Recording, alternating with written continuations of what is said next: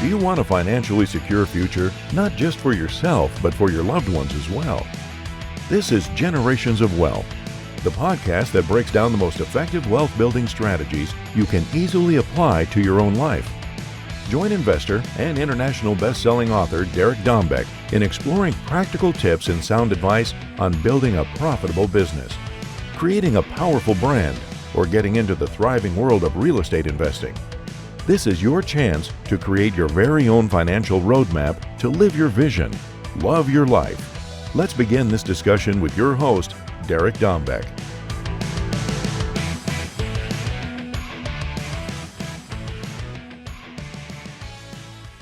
Welcome to the Generations of Wealth podcast. I'm your host, Derek Dombeck, and today's show is another killer. We've got Josh Elledge coming on. And Josh is not only a former U.S. Navy veteran, but he's launched several businesses that have gone into the seven figures. He currently runs a company called UpMyInfluence, which helps entrepreneurs to attract the perfect audience and grow their authority and their influence, but doing it in a way where he is constantly giving and not coming across salesy. Before I bring Josh on, though, I really want to thank everybody that has been following the Generations of Wealth podcast for any period of time. And for those of you that just found us, welcome. You can always go to thegenerationsofwealth.com to listen to any shows that we've had released in the past. We've also got resources there for you. You can get my books, Next Level Your Life or The Transformational Journey, and really just want you to embrace the Generations of Wealth family. Jump on Facebook and join the Generations of Wealth Facebook group. All of this is really just to bring you as much content and information as possible. And if you would please go out there and give us the likes and the follows, the 5-star reviews everywhere that you find these shows, my show. And with that, I bring you Josh Elledge. And now, as promised, Josh Elledge. Josh, thanks for joining me, buddy. I appreciate it. If you wouldn't mind, I did get to chat with you a little bit before we started the show and found out that you are a Midwesterner at heart and birth, and actually lived not too far away from me for a period of your life. Yeah. But, man, could you just tell the audience who you are and where you come from, and we'll dive into your expertise. Yeah, sure. Just a Midwest boy, living in the lonely world, but yeah, originally I was born up in the UP, then, lived all around the Great Lakes. But after that, I joined the United States Navy and became a Navy journalist and actually learned from Adrian Cronauer, who was the subject of the movie Good Morning Vietnam, played by Robin Williams. I'm not saying he was like my mentor or anything. I wasn't like a Miyagi Danielson situation, but he did come in and really inspired me. So, when I was wearing the uniform in the United States Navy, I thought that journalism would be a fun job. But then I realized, thanks to great leaders or mentors, like Staff Sergeant Cronauer, it was that, when we get behind a microphone, when we or writing an article, when we're producing a video, when we're creating content and serving in service of audiences, it's a sacred obligation. Like, our audiences deserve our best, and our audiences deserve our transparency. They deserve our honesty, because intention is something that is exceptionally transparent today. You can't fool audiences as easily these days because everyone's skeptical, everyone's analytical. It's like you can't fake a vibe. And I think all of us have had that experience of seeing someone, you're like, yeah, there's something's not right there. Like, I'm picking up on something. Like, we know what that's like, right? That X factor. So anyway, so that's kind of what's led me to a string of businesses, ultimately, kind of culminating in SavingsAngel, my last company that did quite well. It became a, 6-figure a month company. And I grew that company with 0 paid ads. I grew that company just from serving audiences. And so I was a consumer expert. So I'd teach people, and you give and you give and you give, and you don't bother trying to hit people over the head with sales messages. But because you do that, you earn the trust and you earn the relationship. And then therefore, that's how you win today. It's the most generous leaders win. The most generous entrepreneurs and marketers win because they serve their industries. Well, anyway, we'll get into a little bit of that. I think you just asked me about the Midwest, and I started kind of going down that road. But yeah, eventually we're going to get to UpMyInfluence. And that is, essentially, when SavingsAngel was doing quite well, I was serving pro bono in our local startup community, serving on boards, mentoring workshops of my own. And, one of my fellow service-minded leaders said, "You're really good at the PR stuff. Can we hire you?" And I said, "I don't know." And I asked one of my friends who actually was a PR practitioner. He goes, "Yeah, go ahead. If someone wants to give you money, don't say no." So that was kind of the first iteration of UpMyInfluence. Well, today, Derek, just to kind of bring it to the kind of the close of my bio and who I am and what I do, we are on the other side now of platform where initially we were, helping our clients get seen and celebrated on these stages. Well, what we figured out is that if you own the platforms, if you own the stage, it allows you to connect and network with about anyone you want. And because of the technology today, it has never been easier to really start using those journalism cred, that journalism cred or that kind of that stage credibility to network your way up. And when you can get in the room with about anyone you want, well, guess what? You don't have to worry about business development and sales development ever again, because you have such a huge network that can empower you. That's what UpMyInfluence does. So we're very firmly on the other side of, leveraging noble intent, generosity, platform, and a little bit of authority to basically absolve any decent leader today from ever having to do any kind of lead gen ever again in their life. And it's a really great feeling, when people want to come to you and you don't have to go chasing for them ever. That's kind of what I do in a nutshell. Well, that was definitely a nutshell and a lot of information. That was a whole big bag of nuts. That was perfect. So primarily now with UpMyInfluence, are you using, what are you doing to actually get that authority built up? Yeah, well, listen, authority is not anything that can be done in a day, right? So, I think you can work with a branding person, and I think you can communicate the authority that you have. But authority is generally something that is earned brick by brick by brick, right? Rome wasn't built in a day. You're not going to be an overnight, success. And I think that some people try to fake it, and very quickly, we all figure it out. We all know what you're doing, right? Just because you're, crouched in front of a Lamborghini, that doesn't make you an expert. You could buy followers, you could buy engagement, you could buy and fake all of that stuff. Well, your audience knows that. And sure, you can fool some noobs for a little bit of time, but you're not going to fool the big people. So the world that we generally operate, Derek, is, we work with very sophisticated agency owners, consultants, coaches, like they've been around, like they're 6 and 7 figure territory, and they want to work with folks that are on their Dream 100. So these are very sophisticated leaders. They've seen it all,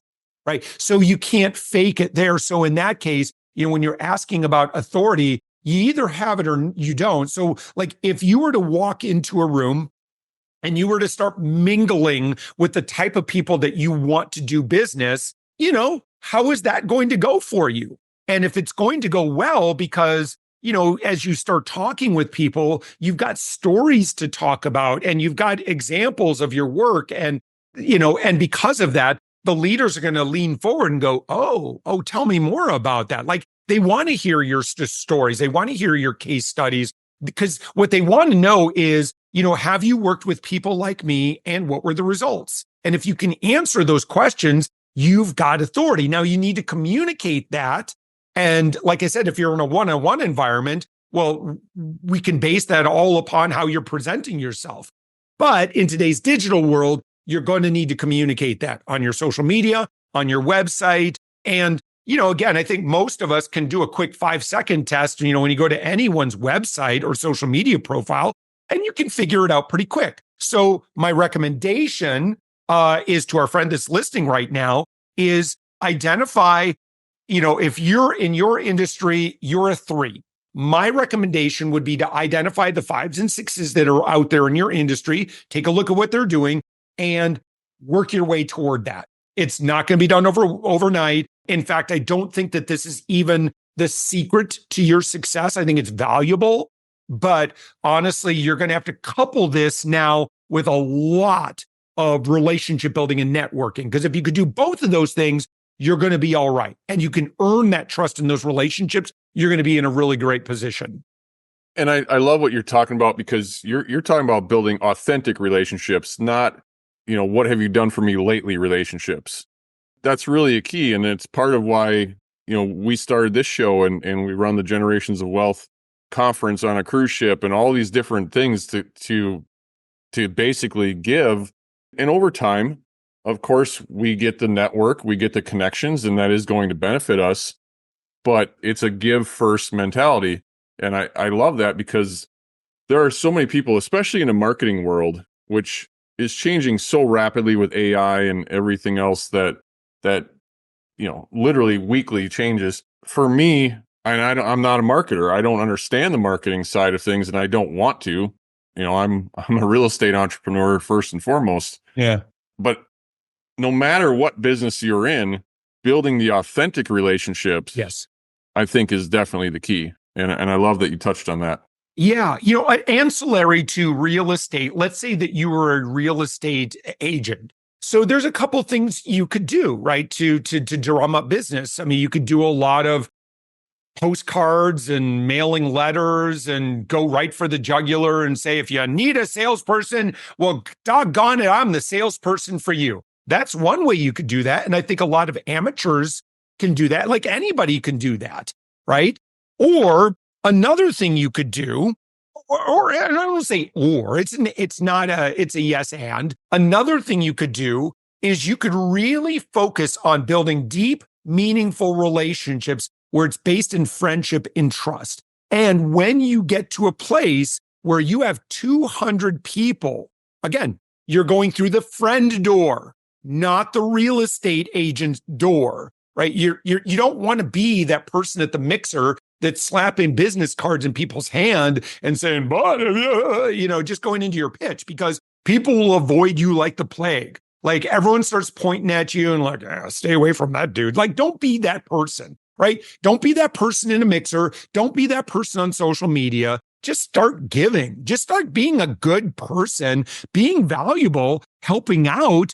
But Derek, the idea here, just the full circle on the real estate. So if you can get to a point where you've got 200 to 300 people that when asked, who do you know, or who do you like, or who do you trust? Like, who's a friend that that is in real estate, right?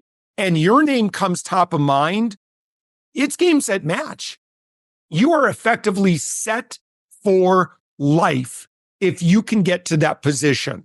So now in the beginning, you're not going to have that. So you're going to have to be out there, just building and building and building and building those relationships. But that's generally the idea. But again, you don't want these to be transactional relationships. You don't necessarily you don't want them to be just Facebook followers or just social media followers. These are people that truly do like you. So what that means is you're going to have to take your sales hat off, and that's going to feel uncomfortable. And you're just going to have to trust the process of putting in the time, leading in service, which is going to allow you to spend more time. Here's another really great example. I was just interviewing, or was just doing a little mini masterclass with Alex Sanfilippo, who's the founder of Podmatch. And, he was sharing the example, because this is where we're going to be I'm kind of signposting where we're going to be going in this conversation. But, as this example, but Alex had, he's working with a real estate professional. He's like, listen, everyone's trying to get lunches with the mayor. Everyone's trying to get lunches, with the, all these notables and stuff. And this real estate professional was having a real tough time earning that time because he was just cold pitching and say, hey, let's grab lunch and let me pick your brain, blah, blah, blah, blah, that sort of thing. So Alex said, well, why don't you start a podcast and then just interview the movers and shakers and I think it was in Jacksonville, Florida. And so he did it. And guess what happened? Because he was giving first, he was leading in generosity, he was getting the time with the quote unquote movers and shakers. Now they build a relationship together. There's reciprocity kind of kicks in a little bit.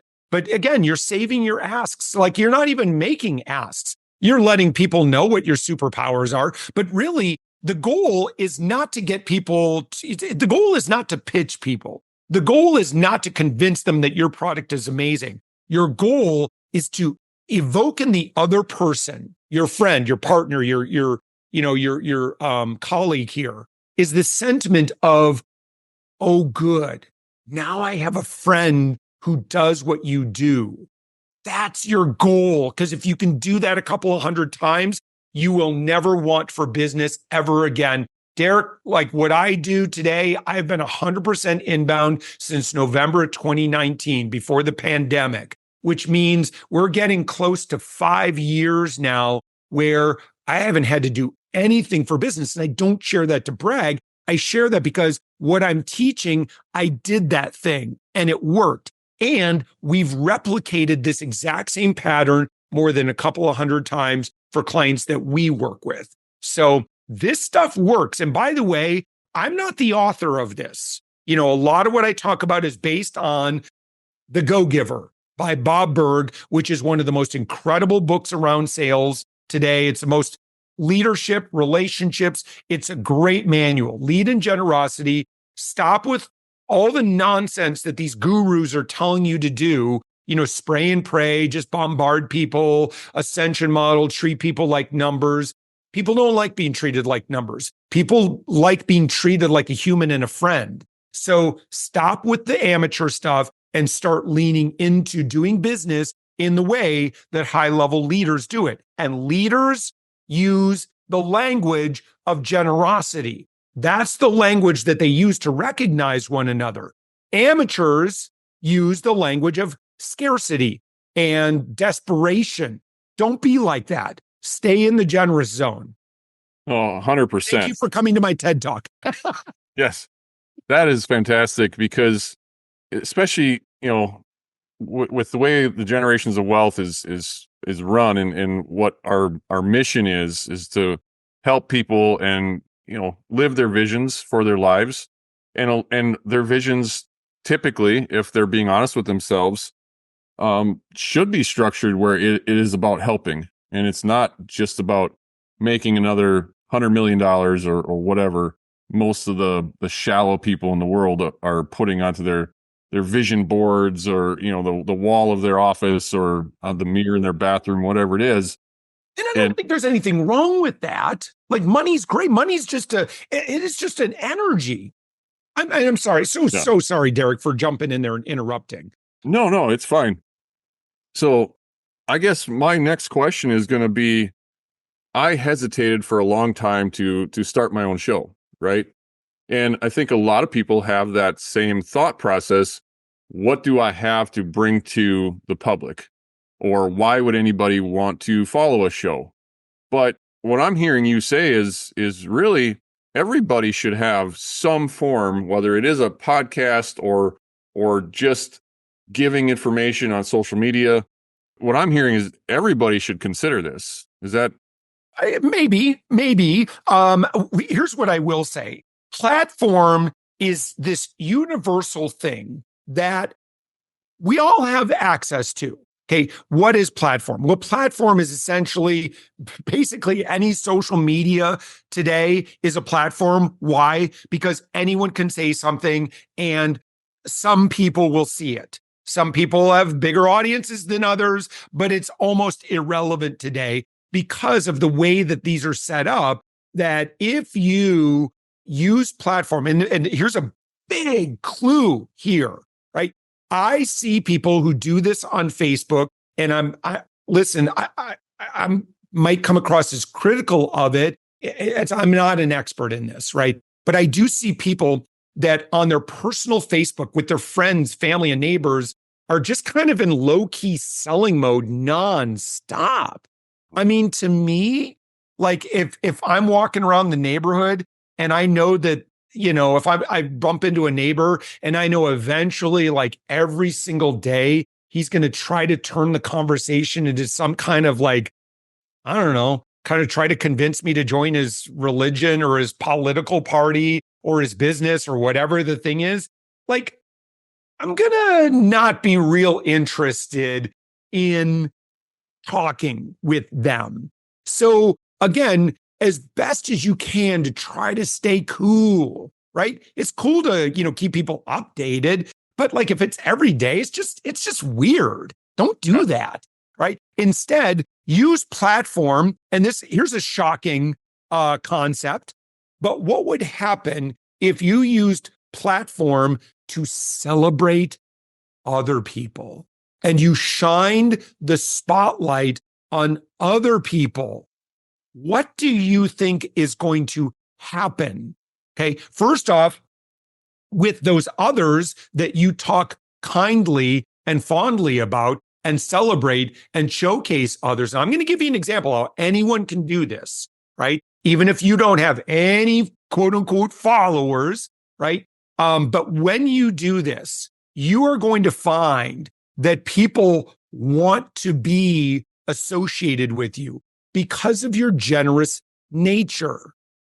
So most people in the desperation to build their own businesses constantly shine the spotlight on themselves. I think that that's short-term, I understand why people do it. It's exciting. They just have imagine these amazing, audiences that are following them and then doing business with them and all their wildest dreams will come true. What is the reality? Everyone's doing that. So if everyone's doing that, then it's all noise. So to differentiate yourself, be the giver. And what you're going to find is because everybody wants to be on the stage, everybody wants the exposure, you're going to find yourself in a very unique minority that makes you exceptionally attractive to all of those other people that are clamoring for attention. So you now get to be the taste maker. Okay, so platform, it could be social media, it could be YouTube, it could be maybe you're doing some stuff for LinkedIn, maybe a podcast is a great way to do this, right? Which again, I'll get into some reasons, some advantages that are inherently baked into podcasting for what I'm talking about. But let me give you an example of someone, let's say you are baby brand new, you don't have any following, but let's say there's some things that you're just kind of passionate about. Here's a great example of anyone could do this and you don't have to have much authority of anything. I think we've all had experiences when we've gone to a conference and we've just been a face in the crowd. Like we are just, nobody knows us, maybe we don't really know too many people. Like there's not a whole lot of authority walking into that room, right? You probably make some, friendships among some other, anonymous attendees or whatever. And that's kind of our best hope, right? From a networking standpoint. Okay. But then there's some of us that have also gone to events and we've been the featured keynote speaker.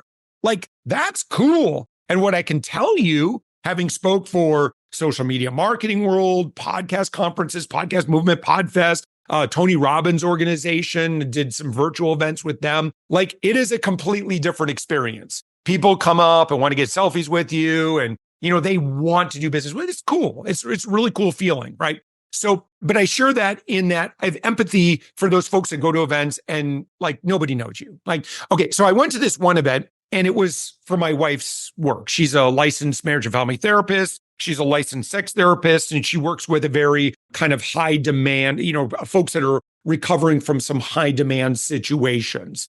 So she's at this conference. I'm just there to support her, right? Because she's giving a quick presentation. She's not, she's not the flashy public speaker or whatever, but I'm just there to support her. I'm just hanging out. I'm waiting.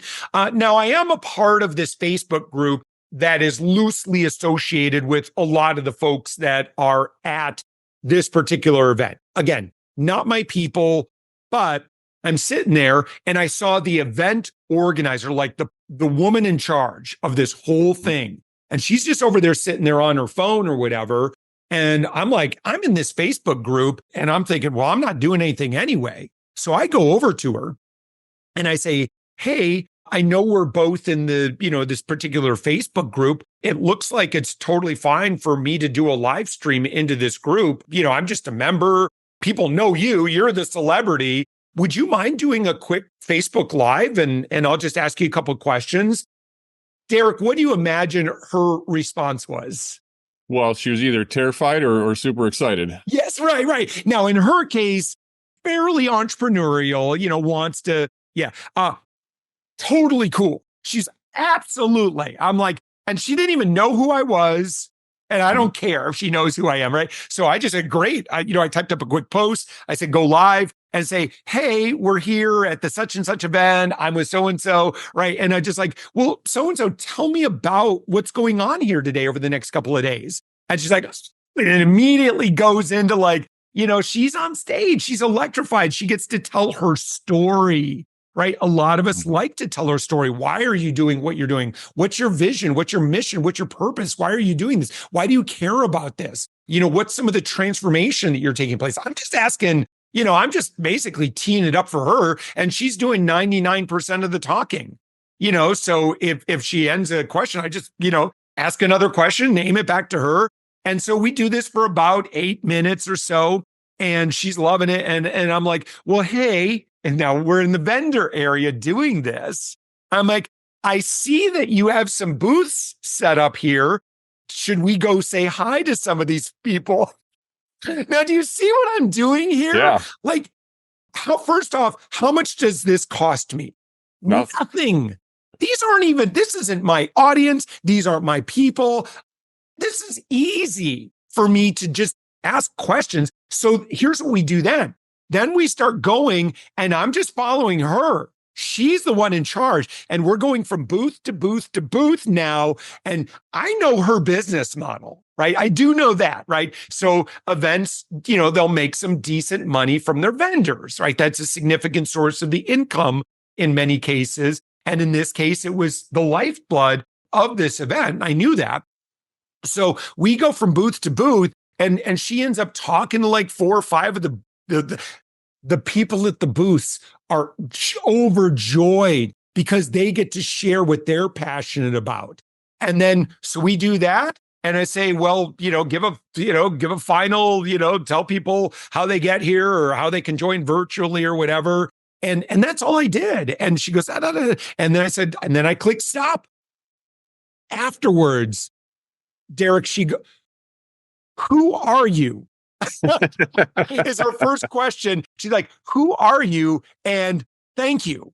That was amazing. And I'm like, I'm just here to support my wife. And, I don't know if you know her. She works with, Natasha, blah, blah, blah, blah.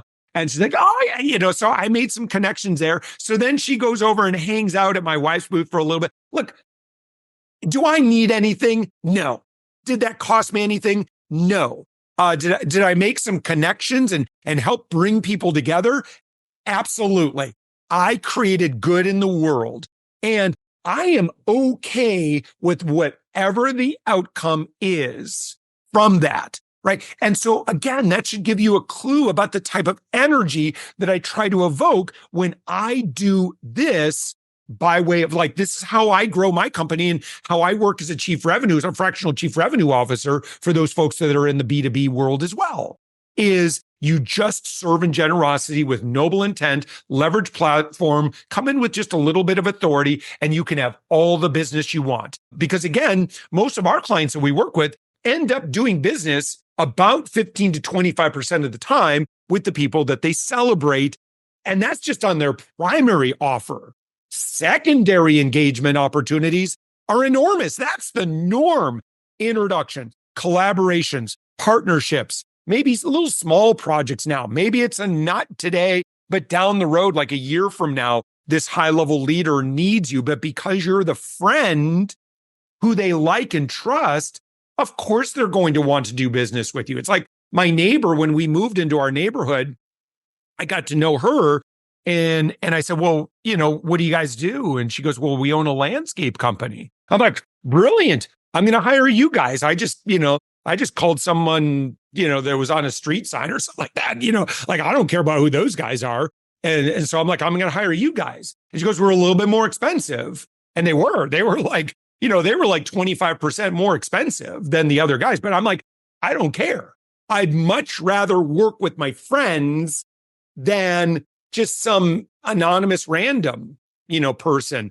I love, and leaders will move heaven and earth. Leaders love doing business with their friends. That's another thing you need to know about this culture. So if you're not constantly in this friend zone and you're on the outside and you're on the hamster wheel of lead gen, that's why.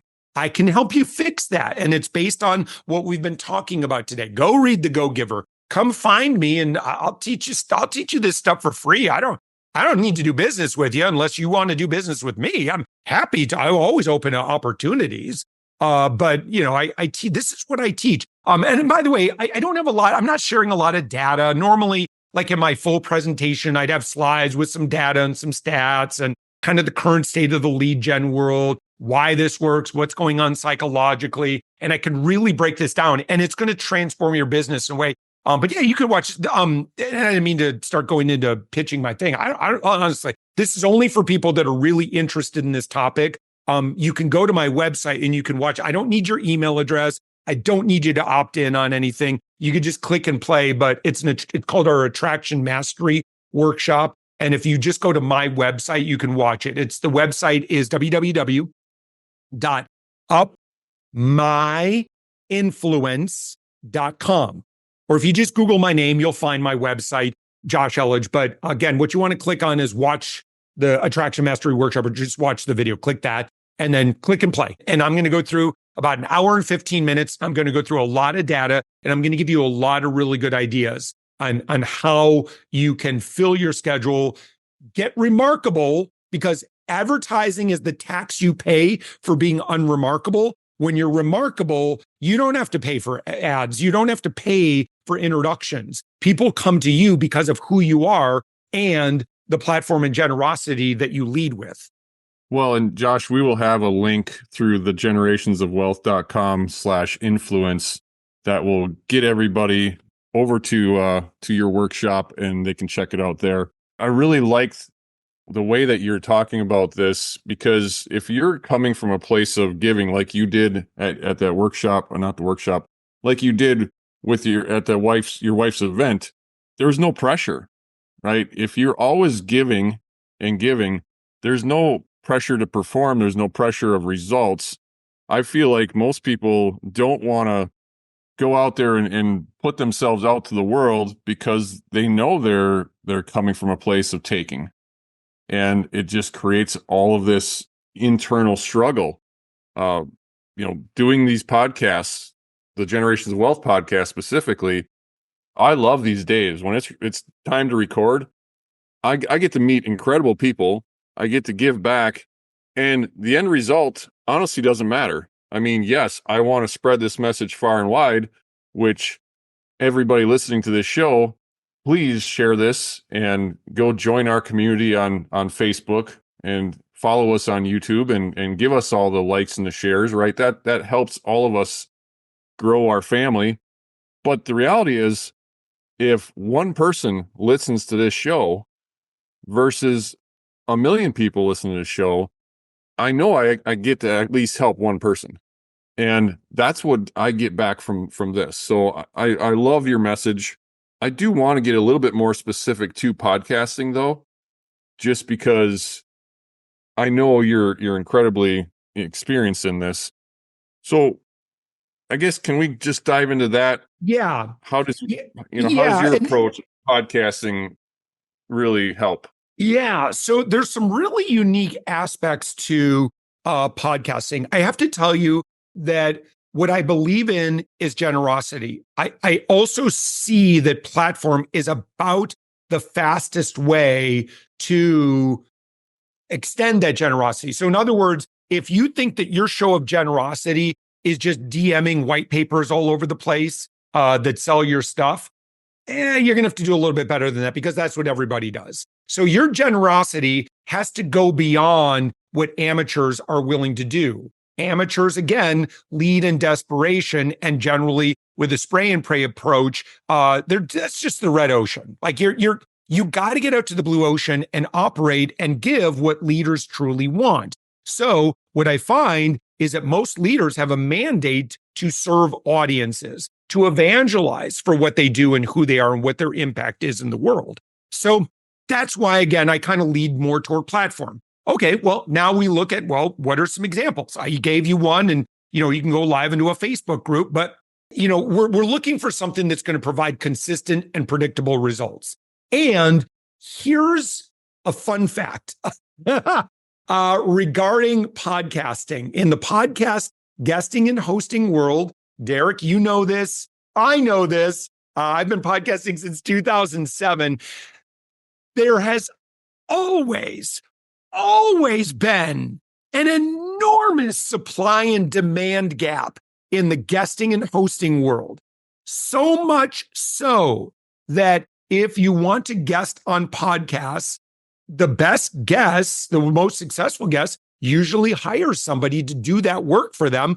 And they spend big money to PR agencies in some cases to be seen on these stages. So these guests are having to invest a lot of resources to get out there. Now, what do the hosts have to do?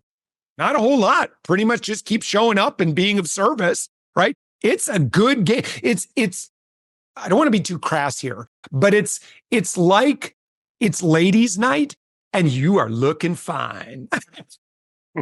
It's really that kind of a dynamic.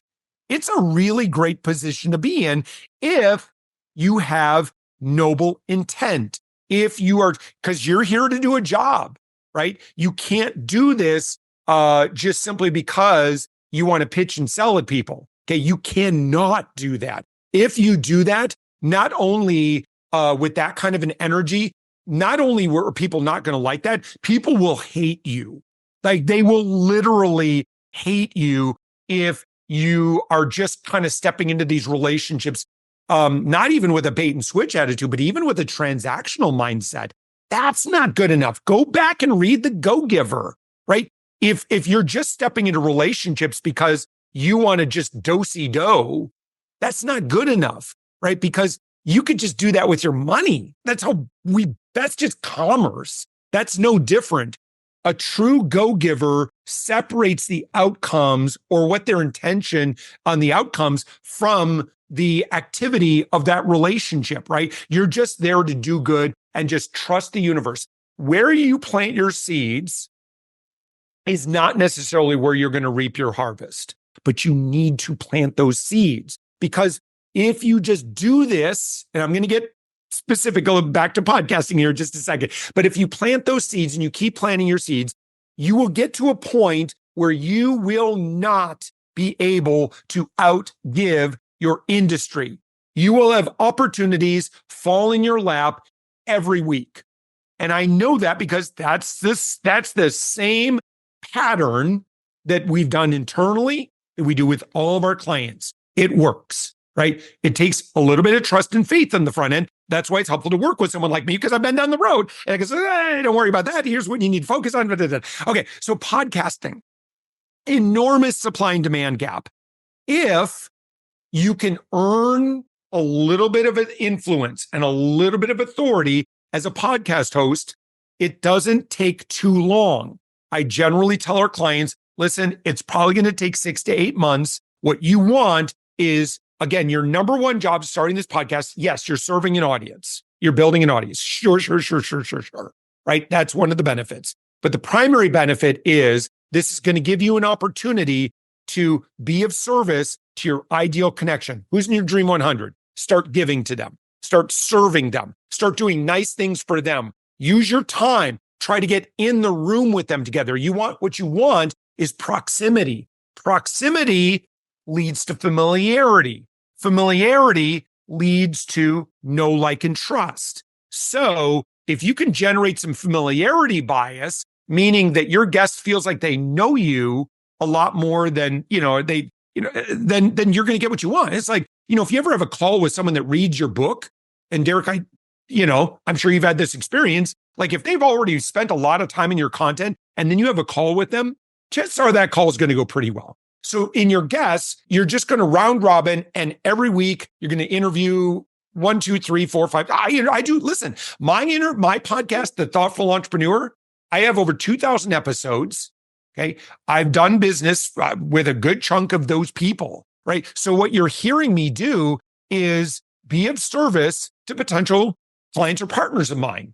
I don't know what we're going to do. Quite frankly, I'm okay with whatever the outcome is. If there's nothing that we do together, I'm okay with that too. I'm just there to be of service to everybody equally, right? But what I know is that generally about 15 to 25% of the time, I'm going to end up doing business with them.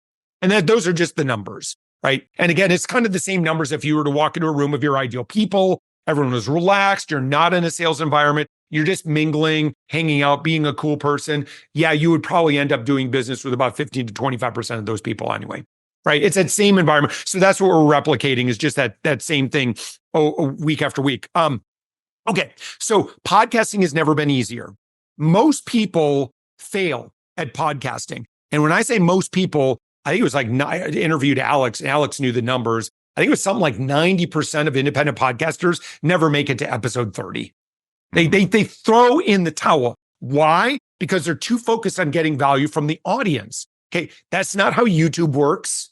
YouTube, in order to make it big on YouTube, you just got to be consistent. You really got to break through once you break through where everybody else gives up, that's where you find the success, right? So here's the good news with the podcast. Okay, the audience is a secondary benefit. Your social media content that you're going to create is a secondary benefit. Your SEO you get from this is a secondary benefit. All of this blog content, all this micro content you're able to create, it's a secondary benefit. The number one benefit that you get is that one-on-one relationship. It's the quiet conversations in what we like to refer to as a whisper network, right? You're quietly doing business in the VIP lounge, in the speaker lounge. That's where most of my best business came from before we started really doing this about 5.5 years ago. Is just, I would go to an event, I'd speak. I wouldn't necessarily do a ton of business with people in the audience, but in the speaker's lounge, that's where I was doing all my business, connecting with people. What do you do? What do you do? Oh, wow, cool. Let me give you an example. For anyone that's ever been on a panel at an event, I didn't already share this, did I?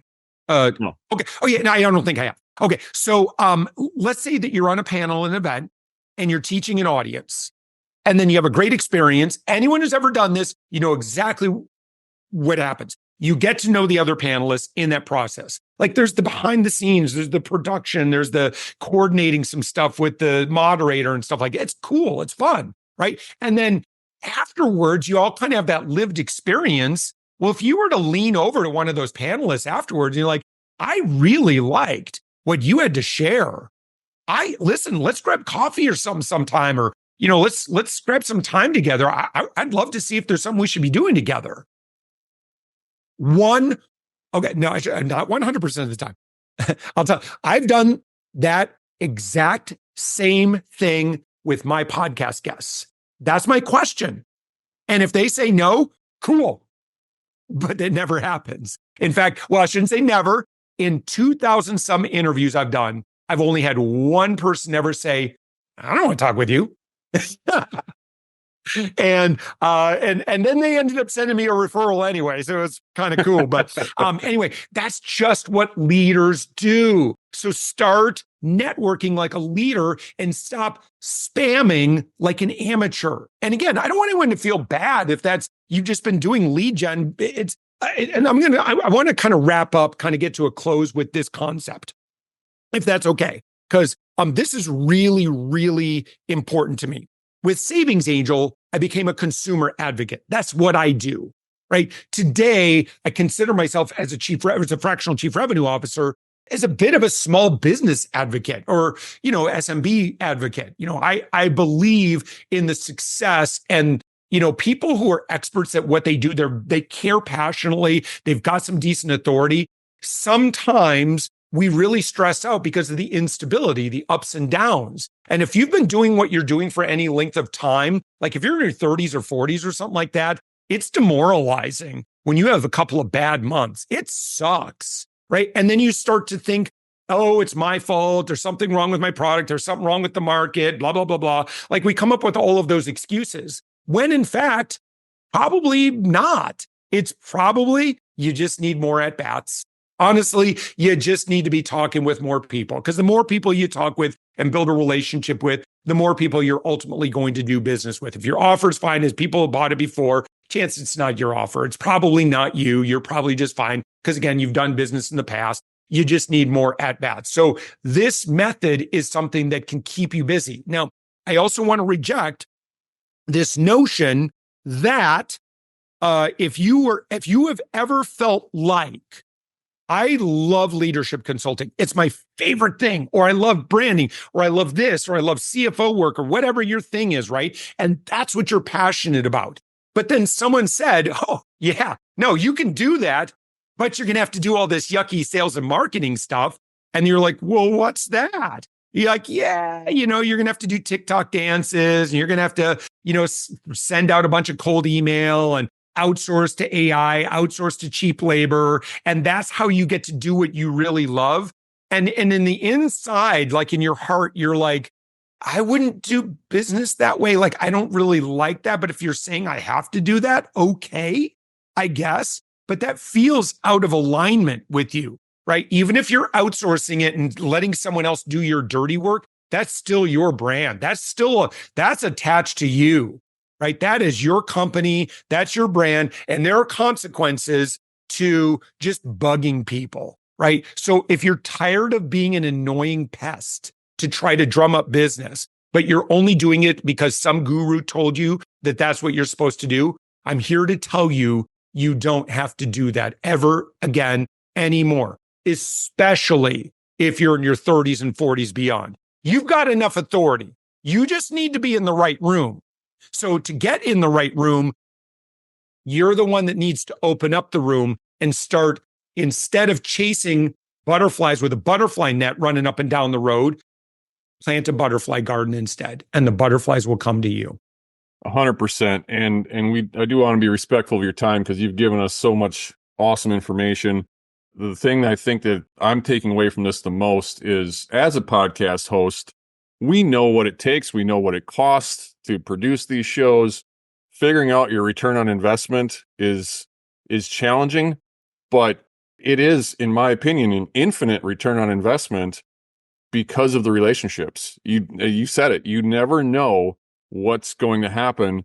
And I have awesome relationships with a good majority of my guests. And usually it ends up where we do swaps and I go be a guest on their show. And that again helps grow the relationship. So Josh, thank you so much for coming on today and sharing all your knowledge. Again, everybody can go get your information at thegenerationsofwealth.com/influence.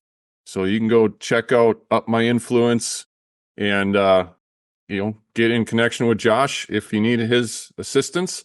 Any final thoughts, Josh?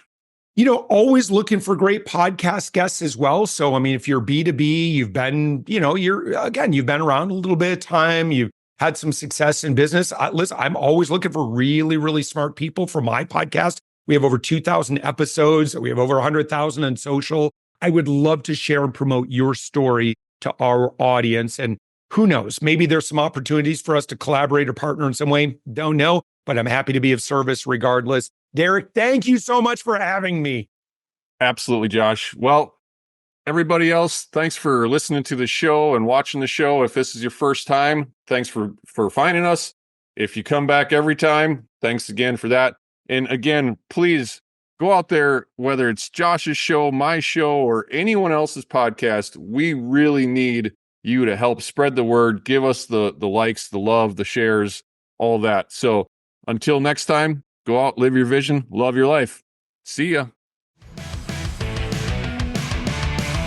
Thank you for joining us on another insightful episode of Generations of Wealth. May your newfound knowledge help you in leveling up your own strategies to get through the many obstacles to your money-making processes and bring you much closer to the financially secure life you truly deserve. Continue filling up your accounts and further polish your financial tactics by listening to more episodes of the podcast at thegenerationsofwealth.com. Because in your wealth building journey, there is no other way to go but up, giving you the chance to finally live your vision, love your life. That's all for now. See you on the next one.